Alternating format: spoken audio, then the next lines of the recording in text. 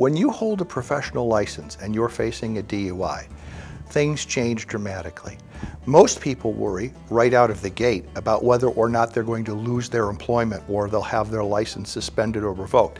And in first offense DUI cases, that's almost never an issue.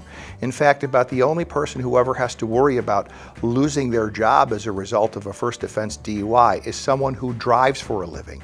Thus, if you're a school bus driver or an ambulance driver, you're probably not going to be able to continue in that capacity after a DUI. But everybody else simply and almost always only has to report the DUI to their licensing agency. Now, depending on other factors involved in the case, like your bodily alcohol content or BAC result, the licensing agency may find it necessary to investigate. So if somebody comes in with a DUI and is 4 times the legal limit of 0.32, the licensing agency is going to be concerned that that indicates some kind of underlying alcohol problem, and they may want to do an evaluation and investigate. But absent extraordinary or unusual circumstances, generally speaking, we can usually get by simply reporting the DUI to the licensing agency.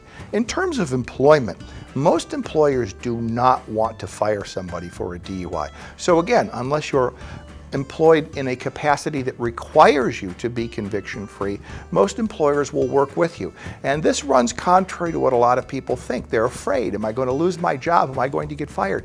Well, if your employer likes you and you're a valuable employee, they'll generally work with you, even if you have to take a little time off to go to court. On the other hand, if you've been hanging on by a thread and they've been looking for a reason to fire you anyway, this just may be what they've been hoping for.